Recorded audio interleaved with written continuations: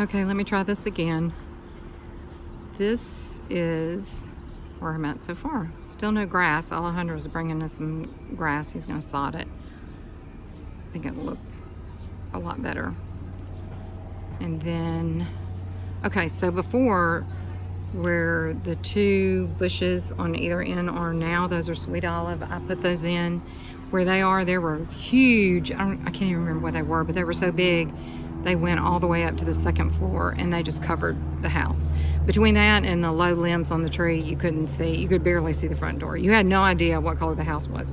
Okay, so we took all the shutters off the house, added the lights on either side of the front door, repainted the house gray. It was yellow, put a new roof on it. It had like the ugliest orange roof you've ever seen with the yellow house. So that was real attractive. So it's got a new roof, all new paint, new lights on the front porch. I said that. Oh, the fan on the front porch new. And then we added lights on the balcony and a fan up there too. So that'll be nice when we get that part done.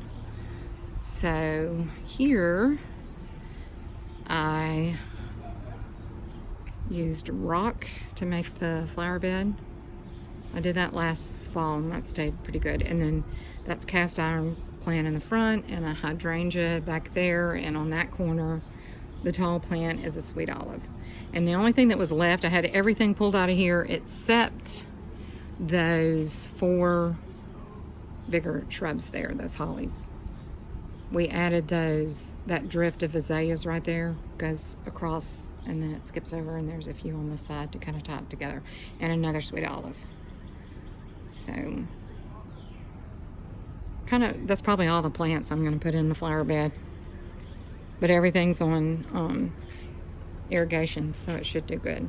Then this is the focal point, and each of those pots have emitters, and that's been in probably about 2 weeks, and it's filling in good, and it doesn't get that much sun. It's really perfect. It's getting about as much sun right now as it does all day long.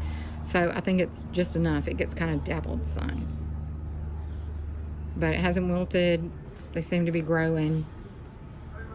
So I think the plants are probably a good choice. Then I took out, I don't remember what I took out here, but where these 2 grasses are on either side of the sidewalk, I think those are not perennials in this growing zone, but they have emitters on them. I'm gonna just replace them next year. If we don't like them, we can replace them with something else. But they're gonna get about 24 inches high. So I think those would be pretty. And then we just added these 2 pots. They're both on emitters. You can see where I ran the irrigation down the side, but I'm gonna get Alejandro to paint that out, and I don't think it'll be noticeable. And they just have a nandina in them and a little bit of ivy and begonias. And I don't think this is gonna get any sun at all. So I believe these nandina are already turning green. I don't think they're gonna get enough sun to stay pink, but we'll see. Doesn't look promising. And then on this side of the porch, this is a big porch. It's a nice wide porch.